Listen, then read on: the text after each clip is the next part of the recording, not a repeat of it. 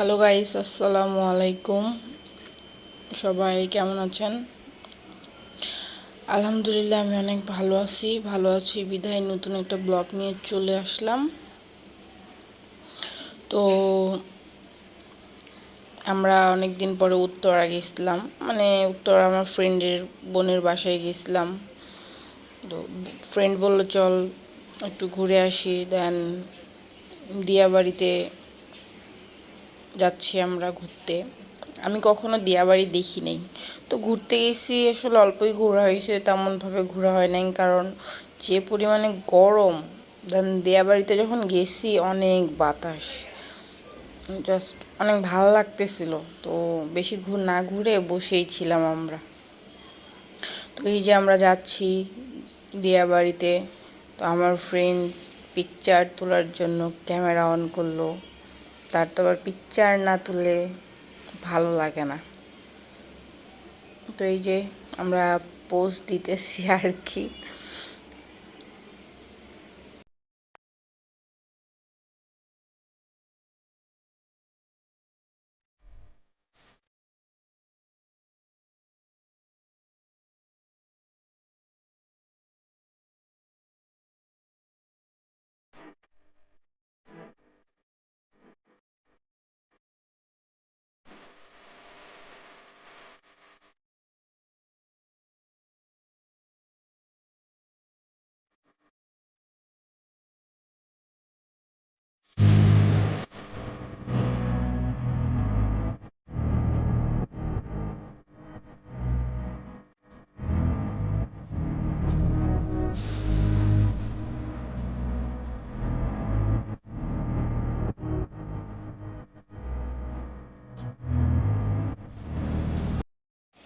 তো ফাইনালি আমরা দিয়াবাড়ি চলে আসলাম। রিক্সাওয়ালা মামাকে ভাড়া দিয়ে নেমে গেলাম।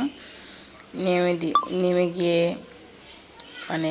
একটু ভালো জায়গায় বসার জন্য যাচ্ছি। চলেন দেখি তারপরে কি হয়।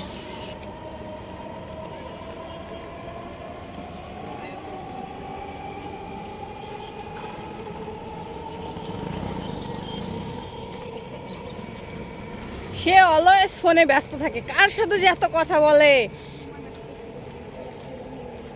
আর সে অলওয়েজ ডিপ্রেশনে মুড অফ করে রাখে, কিন্তু এখন একটু হাসছে। এরা আমাকে ঘুরতে নিয়ে এসে এমন পিকচার তোলা শুরু করছে যে আমি নিজে বিরক্ত হয়ে যাচ্ছি। ওদের নামে আমি থানায় মামলা করব। আমাকে নিয়ে আইসা এরা এইভাবে আমাকে নির্যাতন করতেছে, ছবি উঠাইতেই আছে।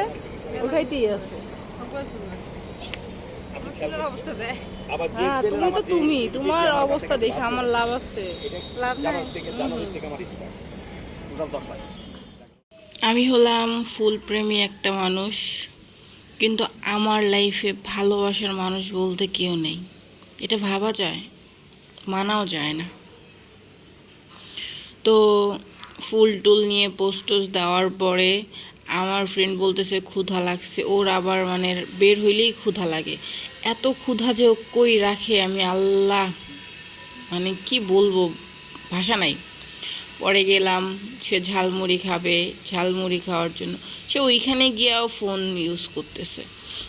কি বলবো, আবার আমাকে মুখ ভেঙাচ্ছে।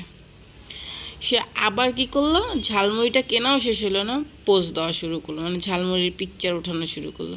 এই যে এখন সে নাইচা হাইটা হাইটা ঝালমুড়ি খেতে খেতে দিয়াবাড়ি ভ্রমণ করতেছে। আসলে দিয়াবাড়িটা অনেক সুন্দর না, আসলে বুঝতামই না। অনেক ঠান্ডা হাওয়া, ভালোই ছিল।